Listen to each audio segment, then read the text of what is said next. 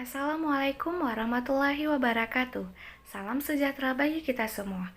Perkenalkan, nama saya Uzlatul Anisa dengan NIM 1905003, mahasiswi Fakultas Hukum Universitas Maliku Saleh.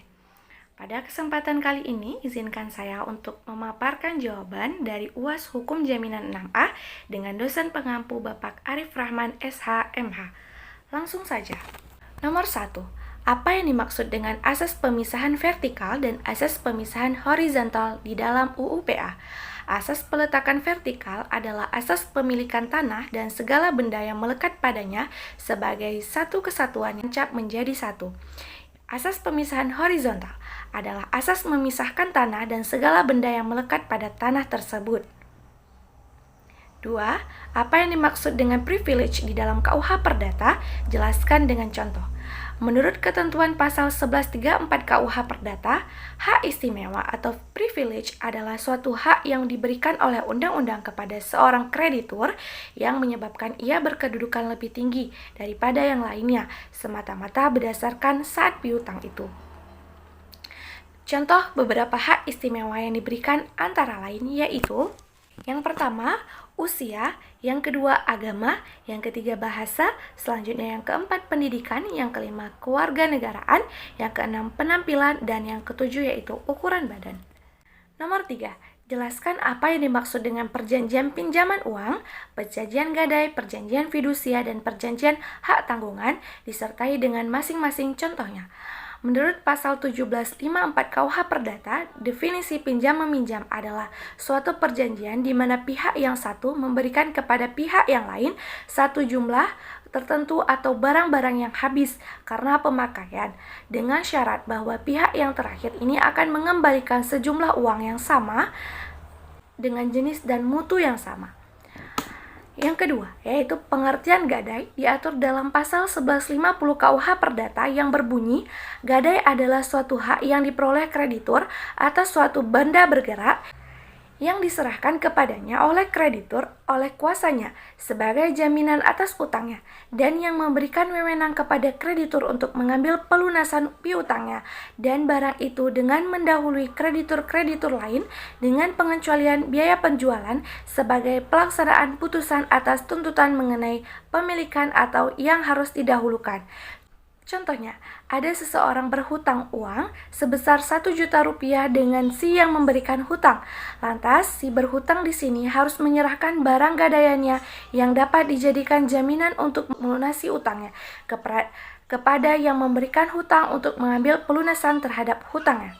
Dan selanjutnya yaitu perjanjian jaminan fidusia adalah pengalihan hak kepemilikan sebuah benda atau harta bergerak dan tidak bergerak yang registrasi hak kepemilikannya masih dalam kekuasaan pemilik benda tersebut. Contohnya, penerapan jaminan fidusia yaitu dalam proses jual beli motor secara kredit. Apabila seseorang membeli motor secara kredit, maka pihak pemberi kredit akan membeli ke dealer. Dengan demikian, motor tersebut menjadi milik pemberi kredit walaupun registrasi hak miliknya, dalam hal ini BPKB, diatasnamakan si pembeli. Selanjutnya, yaitu hak tanggungan sebagaimana yang dimaksud dalam Undang-Undang Nomor 4 tanggal 9 April 1999 pasal 1 ayat 1 adalah hak tanggungan atas tanah beserta benda-benda yang berkaitan dengan tanah. Yang selanjutnya disebut hak tanggungan adalah hak jaminan yang dibebankan pada hak atas tanah sebagaimana dimaksudkan dalam Undang-Undang Nomor 5 Tahun 1960 tentang Peraturan Dasar Pokok Agraria. Berikut atau tidak berikut benda-benda lain yang merupakan satu kesatuan dengan tanah itu untuk pelunasan utang tertentu terhadap kreditur-kreditur lain. Contohnya, Nita sebagai konsumen ingin mengajukan KPR ke bank dengan nilai rumah 800 juta rupiah. Bank di sini yang berperan sebagai pemberi pinjaman akan meminta Nita untuk menyerahkan jaminan berupa tanah dan rumah. Selanjutnya, bank akan menyimpan sertifikat hak milik atas tanah dan rumah sebagai jaminan sampai kredit Nita lunas. Dengan begitu, jika Nita tidak dapat membayar kredit saat jatuh tempo atau kredit Nita turun, maka Nita dapat melelang tanah dan rumah yang bersangkutan. Hasil penjualan tanah dan rumah akan diberikan kepada pihak bank dan kita berhak menerima sisa hasil penjualan.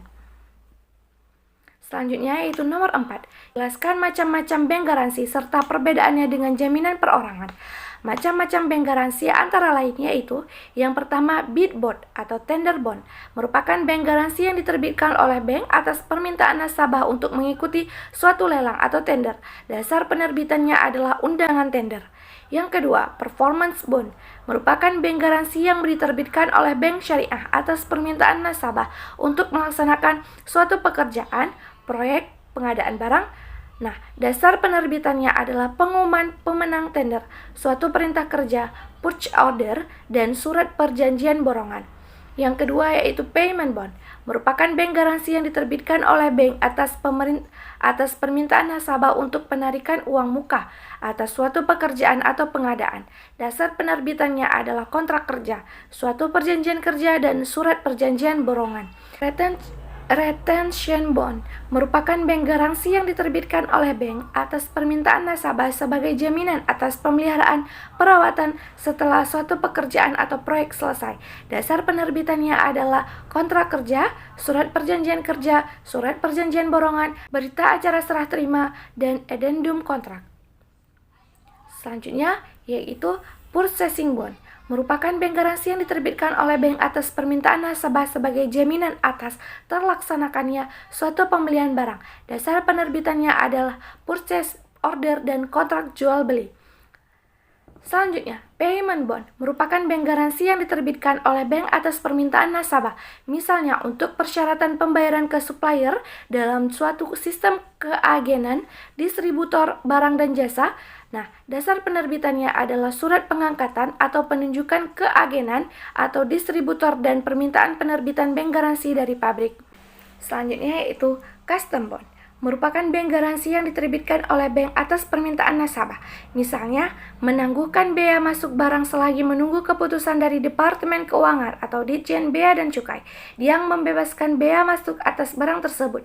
Dasar penerbitannya adalah surat keputusan Departemen Keuangan. Perbedaan pokok terletak pada siapa pihak ketiga yang memberikan jaminan.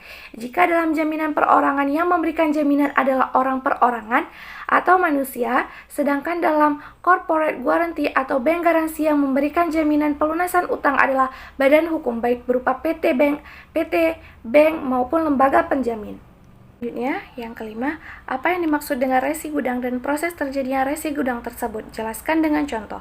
Menurut Undang-Undang tentang Sistem Resi Gudang, yaitu Undang-Undang Nomor 9 Tahun 2006, sebagaimana telah diubah dengan Undang-Undang Nomor 9 Tahun 2011, pengertian dari resi gudang adalah dokumen bukti kepemilikan atas barang. Contohnya, bergerak dan dapat diperdagangkan seperti gabah, beras, gambir, teh, kopra, jagung, kopi, kakao, lada, karet, rumput laut, rotan, garam, dan timah yang disimpan di gudang. Dokumen ini diterbitkan oleh pengelola gudang. Namun tujuan dari penerbitan resi gudang sebenarnya tidak sekedar menjadi bukti kepemilikan barang. Resi gudang menjadi penting diatur karena ia merupakan salah satu instrumen keuangan atau pembiayaan. Contohnya, bahwa Ali adalah seorang pedagang beras yang telah membeli beras dari petani sebanyak 100 ton. Karena tidak punya gudang yang luas, maka Ali menyimpan berasnya itu ke pengelola gudang, yaitu PT Gudang Sejati. Jadi, beras secara fisik sudah disimpan di gudang untuk jangka waktu tertentu sesuai yang diperjanjikan. Untuk jangka waktu beras, waktunya 3 sampai dengan 6 bulan. Untuk itu, PT Gudang Sejati menerbitkan resi gudang ini. Di sini dapat dicermati bahwa resi gudang pada hakikatnya adalah tanda terima penyimpanan barang. Resi gudang ini harus dicatatkan ke pihak berwenang. Dalam hal ini di Pusat Registrasi Resi Gudang. Selanjutnya, yaitu nomor 6. Jelaskan secara ringkas isi dari tugas paper yang Anda kerjakan berupa identifikasi atau rumusan masalah dan jawaban kesimpulan dari hal tersebut. Ringkasan dari paper dengan tema perlindungan hukum bagi kreditur dalam melaksanakan eksekusi objek jaminan fidusia terhadap objek yang dialih tangankan, yaitu bahwa kreditur seringkali dihadapkan dengan permasalahan akibat memberikan jasa kredit dan pembiayaan terhadap debitur, terkecuali terhadap debitur yang melakukan pengalihan objek jaminan fidusia kepada pihak ketiga.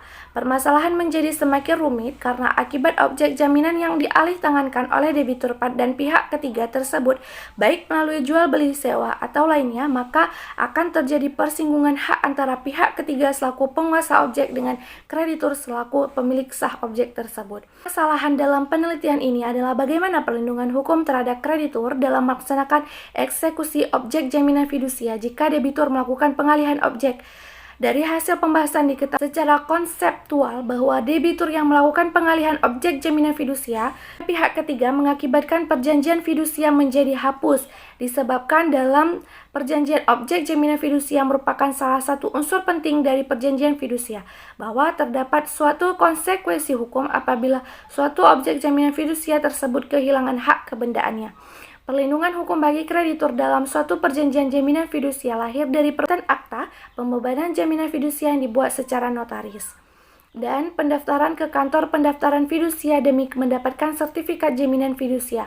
Dengan didaftarkannya, maka asas publisitas terpenuhi untuk merupakan jaminan kepastian hukum terhadap kreditur dalam pengembalian piutang dari debitur. Sekian dari saya terkait jawaban UAS Hukum Jaminan 6A. Lebih kurang saya mohon maaf. Wabillahi taufiq wal hidayah. Wassalamualaikum warahmatullahi wabarakatuh.